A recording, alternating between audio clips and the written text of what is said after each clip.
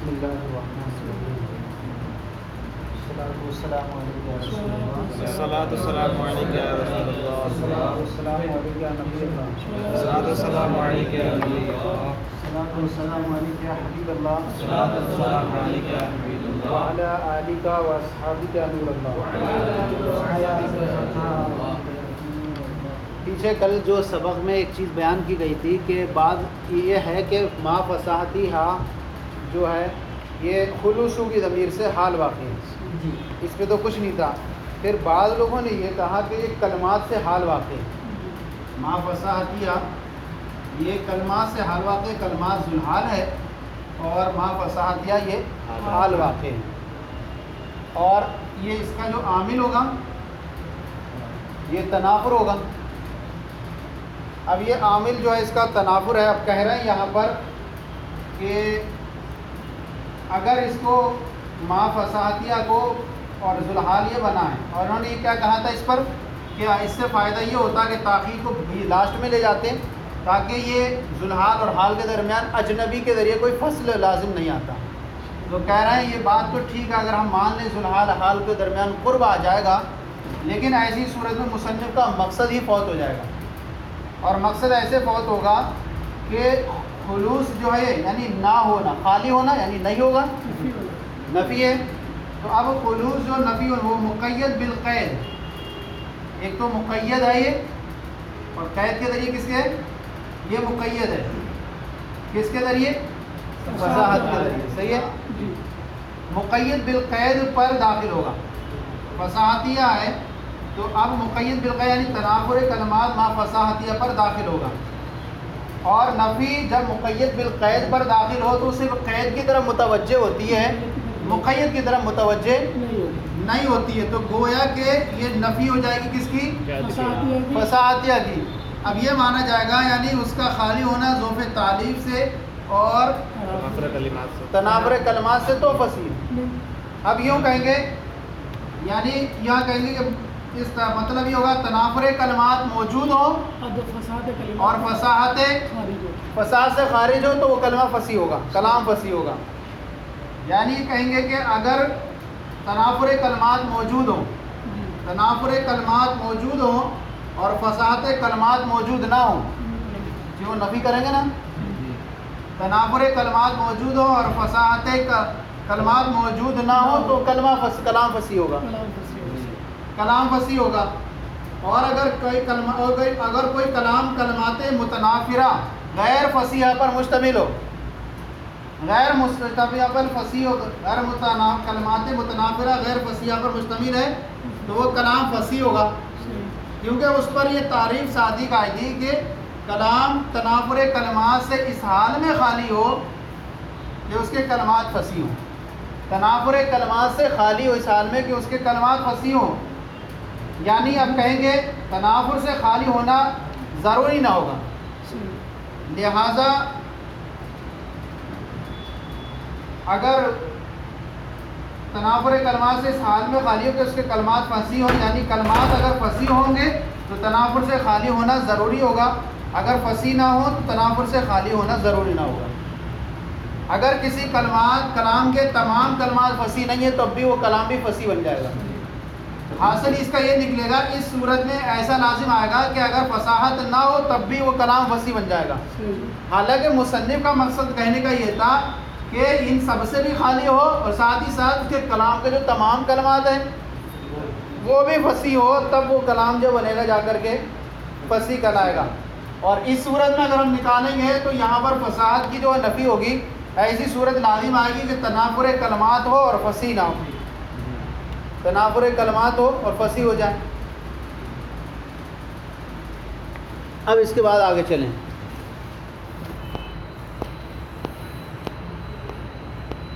اس کے بعد فرما رہے ہیں، کہاں سے ہے؟ والتعقید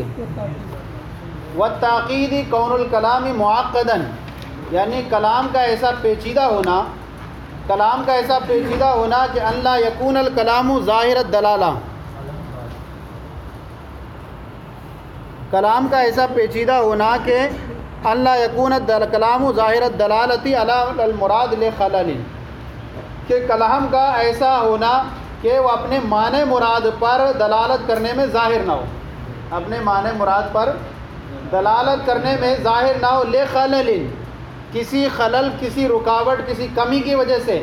اب چاہے وہ خلل واقع ہو اما فی النظم، یا تو نظم واقع ہو، او فی النثر، یا کیا ہو، نثر میں واقع ہو، بے سبب تقدیم او تاخیر۔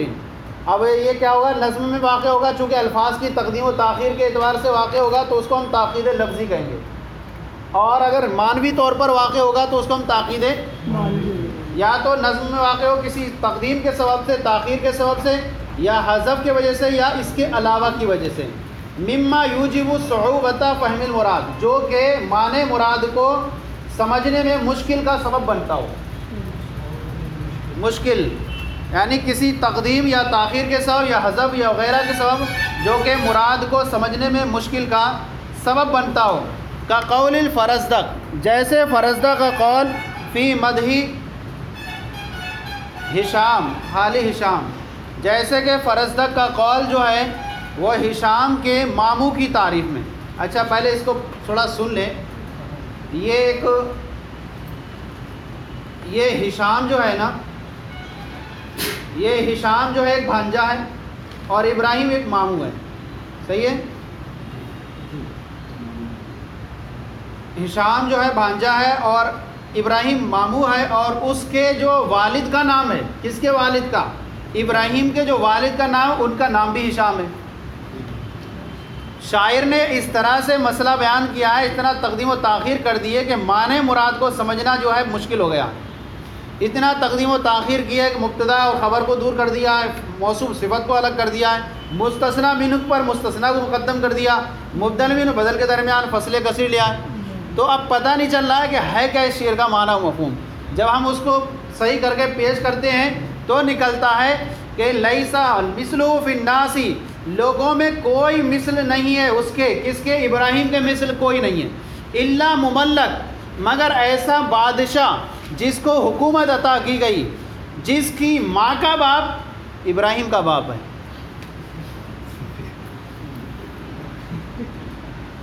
جس کی ماں کا باپ ابراہیم کا باپ ہے، یعنی یار اس کی جو ماں ہے، ابراہیم کی جو ماں ہے اس کا باپ اور ابراہیم کا باپ، دونوں کا ایک کون ہوا؟ اس کو سمجھیں کہ یعنی جو ہے یہ ایک مثال سمجھیں کہ ابراہیم، اس میں ابراہیم کے باپ اور بھانجے کا نام ایک ہی ہے، ابراہیم کے باپ ہشام بن عبد الملک، ہشام بن عبد الملک، اور ابراہیم بن ہشام، اس کی بہن کا بھانجا ہوا ہے۔ اب یہاں پر یہ سمجھیں کہ شاعر جو کہنا چاہ رہا ہے، فضائل و خصائل میں کوئی بھی، یعنی فرزدق جو شاعر ہے، یہ فرزدق شاعر کہنا چاہتا ہے کہ ہشام ابراہیم کے مشابہ کوئی نہیں سوائے اس کے بھانجے ہشام بن عبد الملک کے۔ تعریف تو کر رہا تھا کس کی؟ ابراہیم کی، لیکن چونکہ ابراہیم اپنے بھانجے عبد الملک کی طرف سے مدینہ منورہ کے عامل تھے، اور خود جو ہشام تھا وہ سربراہ مملکت تھا، بھانجا جو تھا سربراہ مملکت تھا۔ اب فرزدق جو شعراء اسلام میں سے، اس نے جو ہے جہاں ابراہیم کی تعریف کی وہیں اس کے بھانجے ہشام کی بھی تعریف کی، اور مگر اس طرح سے تعریف کی کہ اس کا ترکیب میں ایسا خلل کر دیا جس کی وجہ سے شاعر کی مراد کو سمجھنا دشوار ہو گیا۔ اب یہاں دیکھیں، ابراہیم جو ہے یہ عامل تھے، مقرر تھے مدینہ طیبہ میں، کس کی طرف سے؟ اپنے بھانجے ہشام بن عبد الملک کی طرف سے۔ شاعر نے ابراہیم کی تعریف کی تو ساتھ ساتھ اس کے بھانجے کی بھی تعریف کر دی۔ اب یہاں پر دیکھیں آپ، شعر متن والا دیکھیں ان کا، اور متن میں کہہ رہا ہے شاعر کا قول ہے فرزدق کا تعریف کرنا فی خال ہشام، ہشام کے ماموں کی تعریف میں، ہشام بن عبد الملک بن مروان کے ماموں کی تعریف میں، وہ ابراہیم بن ہشام، اور ماموں کون ہے؟ ابراہیم بن ہشام بن اسماعیل مخزومی ہے۔ کیا شعر کہا؟ وما مثلہ فی الناس، اس کے مثل نہیں ہے لوگوں میں کوئی، الا مملکن مگر ایسا بادشاہ ابو امی جس کی ماں کا باپ حیٌ زندہ ہے ابوہ اس کا باپ یقارب اس کے مشابہ ہے.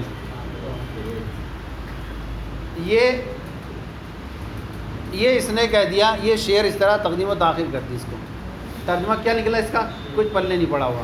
اب اس کو وما مثلہ فی الناس الا مملکن ابو امہ حی ابوہ یقارب.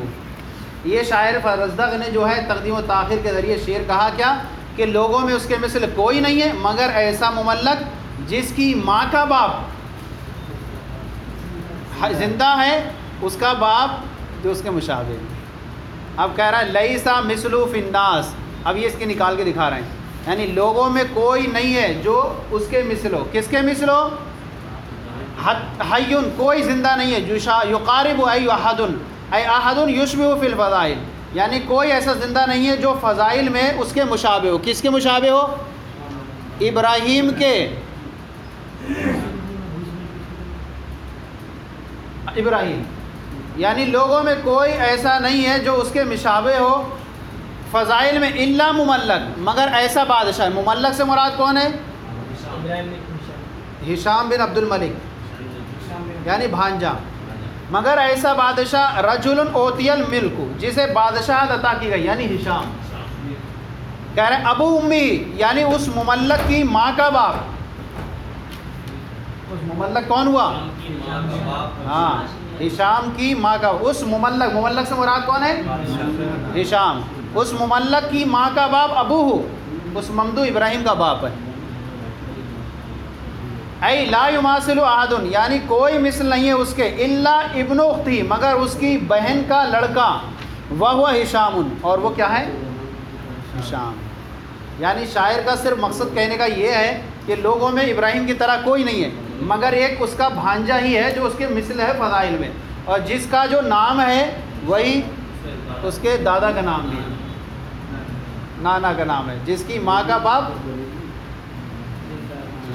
جس کی ماں کا باپ اس کا باپ ہے. جس کی ماں کا باپ ممدو کا باپ ہے. ارے یار جس کی ماں کا باپ ممدو کون ہے؟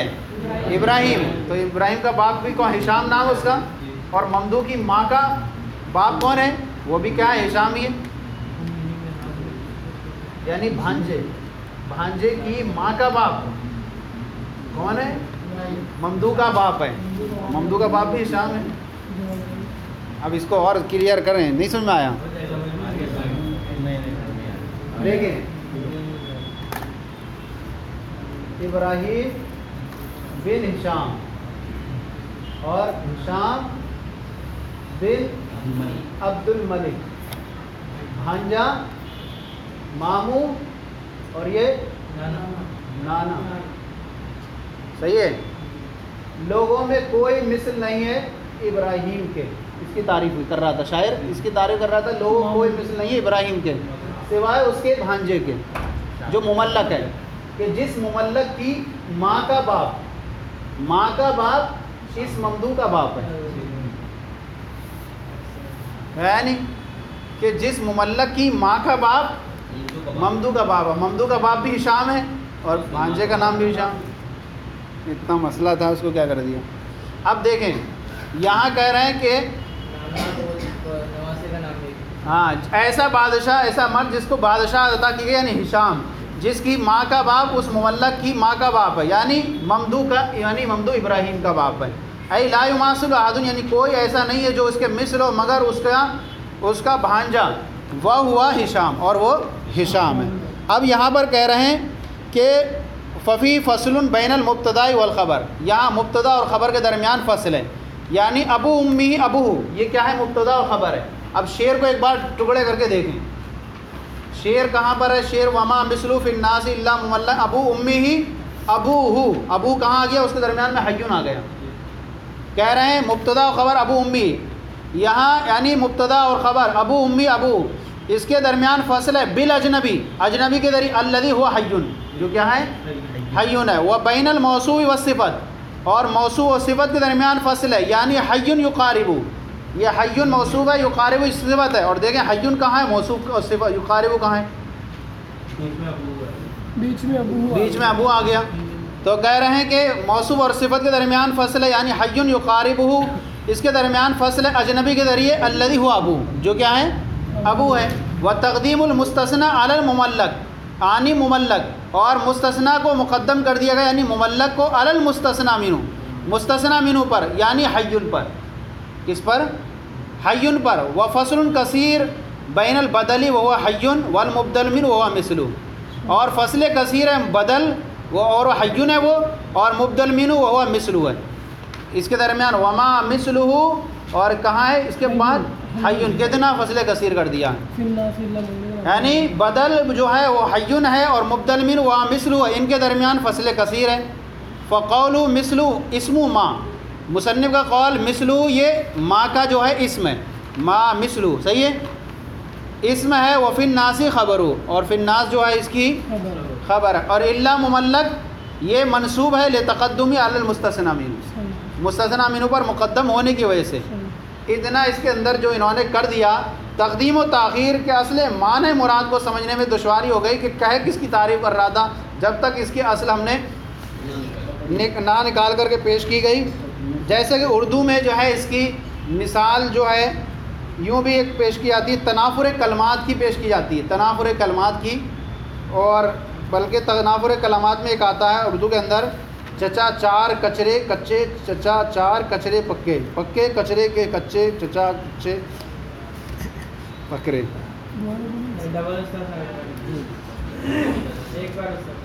چچا چار کچرے کچے، چچا چار کچرے پکے، پکے کچرے کچے، چچا کچے کچرے پکے۔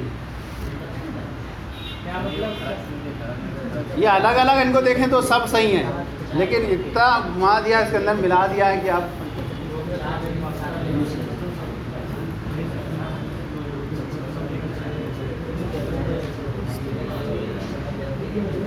لیسا مثلو فی الناس، آپ جو ہے شعر کا ترجمہ جو متن کے اندر ہے اس کو چھوڑ کے اس کا کریں، لیسا مثلو فی الناس، وما مثلو، لوگوں میں اس کے مثل کوئی نہیں، الا مملک، مگر ایسا بادشاہ، ابو امی جس کی ماں کا باپ حی زندہ ہے، ابوہ اس کا باپ یشابہ مشابہ، یہ تو ہوا اس شعر کا ترجمہ۔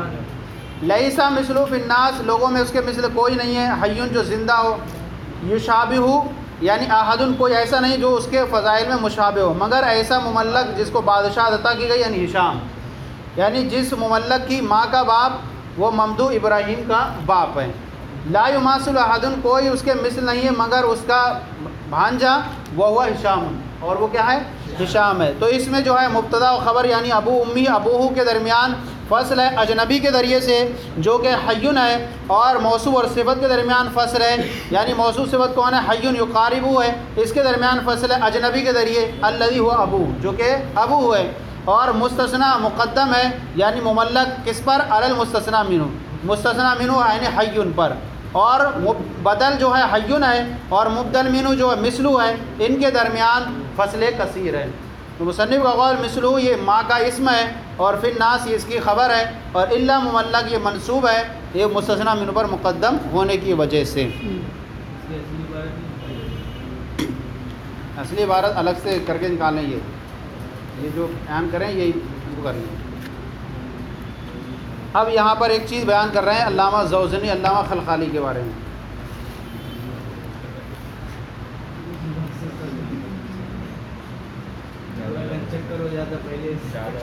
قیلا ذکر ضعف التعلیف یغنی عن ذکر التعقید اللفظی، یعنی مصنف کہہ رہے ہیں کہ علامہ خلخالی کا کہنا یہ ہے کہ جب مصنف نے ضعف تعلیف ذکر کر دیا پیچھے، تو تاکید کی ذکر کرنے کی کیا ضرورت تھی؟ تاکید کو تاکید کو ذکر کرنے کی کیا ضرورت تھی؟ یہ کہنا کہ تاکید لفظی صرف ضعف تعلیف ہے، ضعف تعلیف ہے، جب ضعف تعلیف کے اندر تاکید لفظی آ گیا، کیونکہ وہاں پر بھی معنی مراد کو سمجھنے میں دشواری ہو رہی تھی اور یہاں پر بھی ہو رہی ہے، تو ایک جگہ جب آ گیا ضعف تعلیف کے اندر تاکید والا معنی، تو پھر الگ سے حاجت اس کی نہیں تھی۔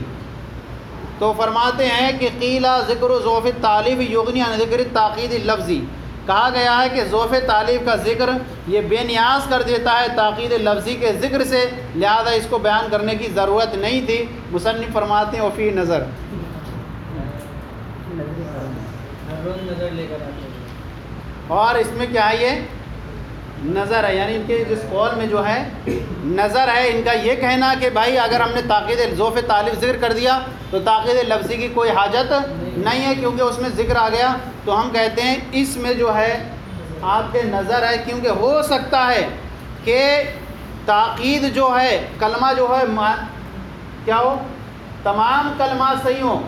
کلمہ کیا تھا؟ قانون نحوی کے طریقے پر جاری کرنا ہے نا، قانون نحوی کے طریقے پر جاری ہو گیا، لیکن اس کے جو کلمات ہیں ایسے پیچیدہ ہیں کہ معنی مراد کو سمجھا نہیں جا رہا ہے، تو آپ کہیں گے ظوف تعلیف تو نہیں ہے لیکن تاکید ہے، تاکید ہے۔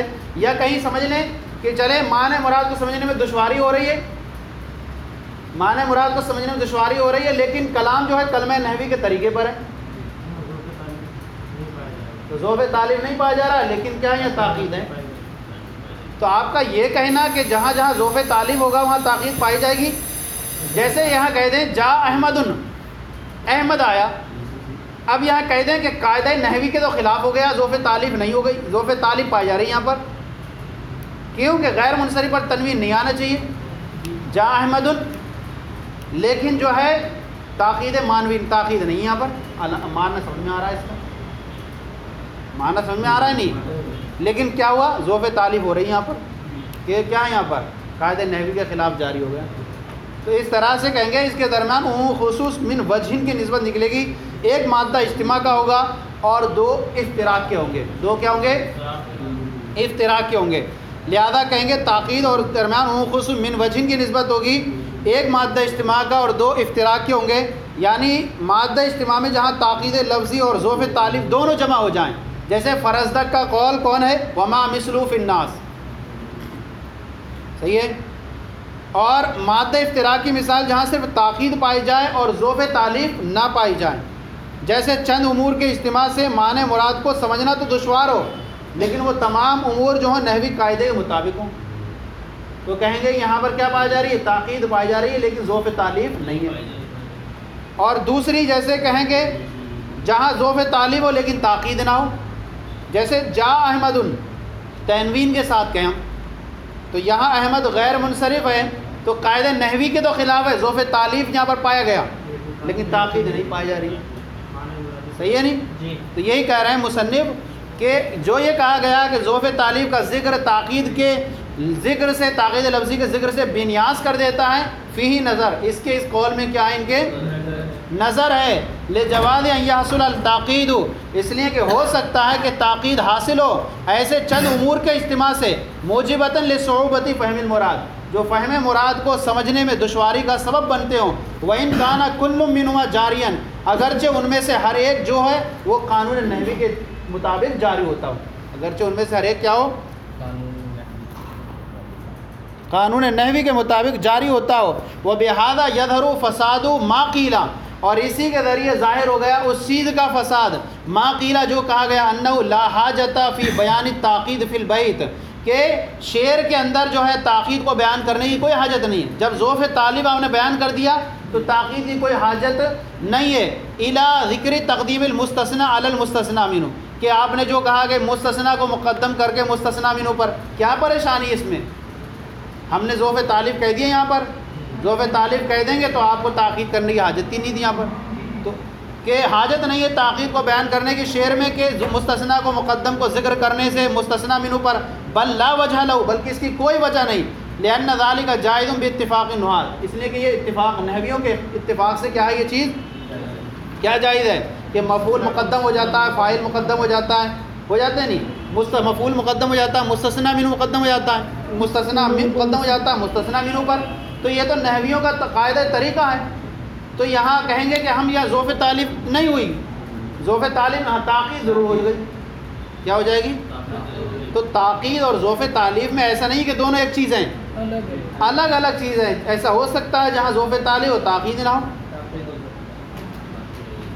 اور یہ نحویوں کے اتفاق سے بالکل جائز ہے، اذ لا یخفا، اس لیے کہ کوئی بات یہ مخفی نہیں، انہ یوجب زیادت التاکید، یعنی یہ چیز جو ہے یہ اس کے اندر تقدیم و تاخیر جو ہے تاکید کی زیادتی کا سبب بنتی ہے، تو اس میں ظوف تعلیف ہو تو یہ تقدیم و تاخیر کا یہ تاخیر کی زیادتی کا سبب بنتی ہے، وَهُوَ مِمَّا يَقْبُلُ الشِّدَّةَ وَالذَّوْفَ، اور یہ چیز جو ہے یعنی تاکید یہ ایسی چیز ہے جو شدت اور ذوف کو قبول کرتی ہے، شدت اور ذوف کو قبول کرتی ہے۔ جس کے اندر زیادہ اتار چڑھاؤ ہوگا وہ زیادہ شدت ہو جائے گی سمجھنے میں، اور جس کے اندر کم ہوگا ادھر تقدیم و تاخیر وہ معنی مراد کو تھوڑا جلدی سمجھ لیا جائے گا۔